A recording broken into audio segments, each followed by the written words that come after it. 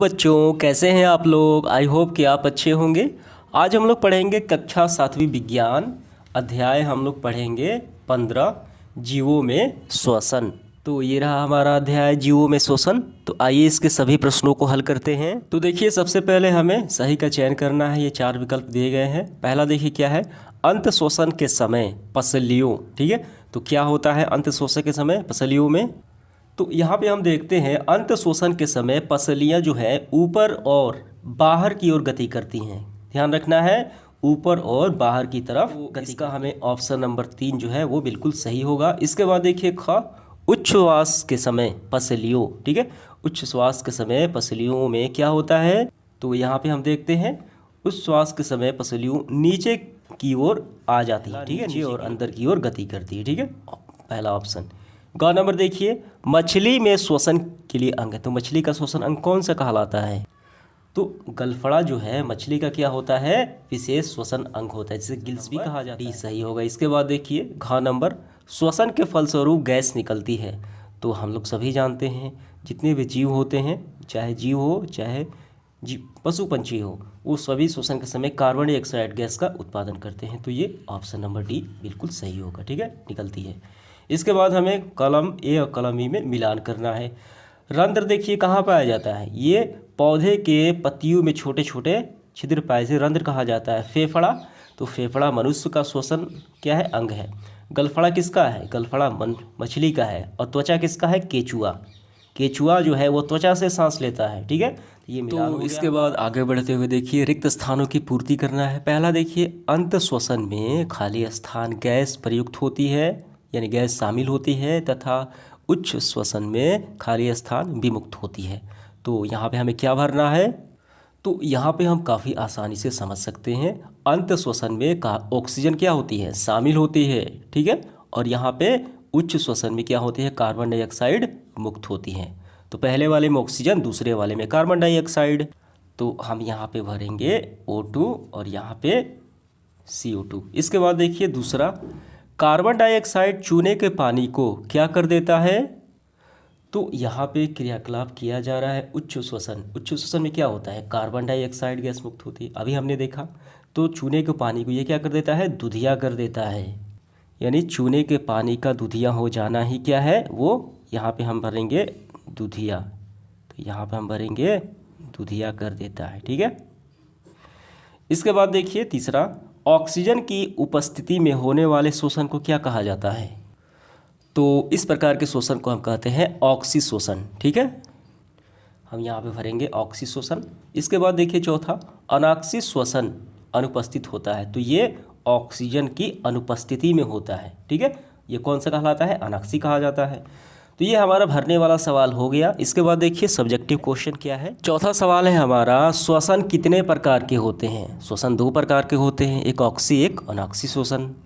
तो हम ऐसे लिखेंगे, देखिए आपको ऐसे लिखना है। ठीक है, ये दोनों को, ऑक्सीजन की उपस्थिति में होने वाले श्वसन को क्या कहते हैं, ऑक्सी श्वसन कहा जाता है। जबकि ऑक्सीजन की अनुपस्थिति में ऑक्सीजन नहीं होता है तब वैसी श्वसन को अनाक्सी श्वसन कहा जाता है। ठीक है, ये 2 प्रकार हो गए, तो ये दोनों आपको लिख लेना है। पांचवा सवाल देखिए क्या है, अनाक्सी श्वसन क्या है, यानी इसकी परिभाषा करना है हमें। तो अनाक्सी श्वसन की परिभाषा हम यहाँ से करेंगे। देखिए, ऑक्सीजन की अनुपस्थिति में ग्लूकोज का अपघटन अनाक्सी श्वसन, ठीक है, कहलाता है। इस प्रक्रिया में फलस्वरूप एल्कोहल, कार्बन डाइऑक्साइड तथा ऊर्जा प्राप्त होती है। तो बस यहाँ से यहाँ तक आपको लिखना है। आप चाहे तो ये अभिक्रिया भी लिख सकते हैं। ठीक है, समझ में आ गया। 6 नंबर देखिए क्या है सवाल, श्वसन की क्रिया में ऑक्सीजन का महत्व बताना है हमें। तो इस प्रश्न का मतलब ये है कि श्वसन जब हम करते हैं, सांस लेते हैं, तो उसमें ऑक्सीजन का क्या महत्व है, क्या रोल होता है। तो हम यहाँ से करेंगे, श्वसन शरीर कोशिकाओं में उपलब्ध ग्लूकोज अणुओं का रासायनिक अपघटन है जो ऑक्सीजन की उपस्थिति में ही होता है। ठीक है, यानी ग्लूकोज का टूटना, ब्रेक डाउन। ठीक है, ग्लूकोज अणुओं के अपघटन के फलस्वरूप कार्बन डाइऑक्साइड और जल प्राप्त होता है तथा ऊर्जा मुक्त होती है। ठीक है, तो ये कैसे संभव हो पाता है, ऑक्सीजन की उपस्थिति ही कारण। इसका मतलब ऑक्सीजन का काफ़ी महत्व है श्वसन का, श्वसन में। इसी ऊर्जा का उपयोग जीव अपने कार्यों के लिए करते हैं। तो आपको यहाँ से यहाँ तक हो गया, ऑक्सीजन का महत्व समझ में आ गया। 7वां सवाल देखिए क्या है, अंत श्वसन तथा उच्च श्वसन में क्या अंतर है? काफ़ी सिंपल सवाल है ये, पे आपको काफ़ी ध्यान से समझना है। देखिए यहाँ पे अंत श्वसन, पहले आपको लिखना है अंत श्वसन वह यांत्रिक क्रिया है जिसमें ऑक्सीजन अंतस्रवित होता है, ठीक है। जबकि उच्च श्वसन में क्या होता है? कार्बन डाइऑक्साइड बाहर निकलता है। अंत श्वसन में हम ऑक्सीजन लेते हैं और उच्च श्वसन में हम ऑक्सीजन बाहर निकालते हैं। तो ये पहला अंतर हो गया। अब दूसरा अंतर हमें क्या लिखना है? दूसरा अंतर हमें ये लिखना है कि अंत श्वसन के समय पसलियाँ ऊपर और बाहर की ओर गति करती हैं, ठीक है, ये पहला हो गया। और जबकि उच्च श्वसन में पसलियाँ नीचे की ओर गति करती हैं, ठीक है। तो यहाँ पे दोनों दिखाया गया है, समझ में आ गया, ये दूसरा अंतर हो गया। 8वां सवाल देखिए, सांस लेने छोड़ने एवं श्वसन में क्या अंतर है? अभी हमने देखा सांस लेने तो उसे क्या कहते हैं? अंत श्वसन। सांस छोड़ने उसे उच्च श्वसन कहते हैं, ठीक है। ये इन दोनों में और श्वसन में क्या अंतर है? तो यहाँ पे समझिए, तो अंत श्वसन यानी सांस लेना और उच्च श्वसन यानी सांस छोड़ना, ठीक है, ये दोनों हो गया और ये श्वसन हो गया। तो इनका क्या अंतर है? तो यही हमको लिखना है, ठीक है।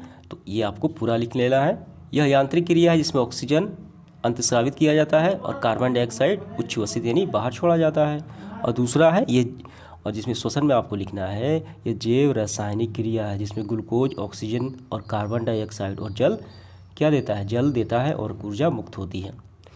दूसरा, यह कोशिकाओं के बाहर होने वाली क्रिया है, यह कोशिकाओं के अंदर होने वाली क्रिया, इसलिए इसे कोशिकीय श्वसन भी कहा जाता है, ठीक है। तो इस तरीके से आपको ये पूरा चारों लिख लेना है। समझ में आ गया? 9 नंबर देखिए क्या है सवाल, ऑक्सी श्वसन, ठीक है, और अनाक्सी श्वसन एक दूसरे से किस प्रकार भिन्न है, यानी अंतर बताना है दोनों में। तो काफ़ी सिंपल सवाल है। तो ये रहा ऑक्सी श्वसन, ठीक है, ऑक्सीजन की उपस्थिति में, और ये ऑक्सीजन की अनुपस्थिति में।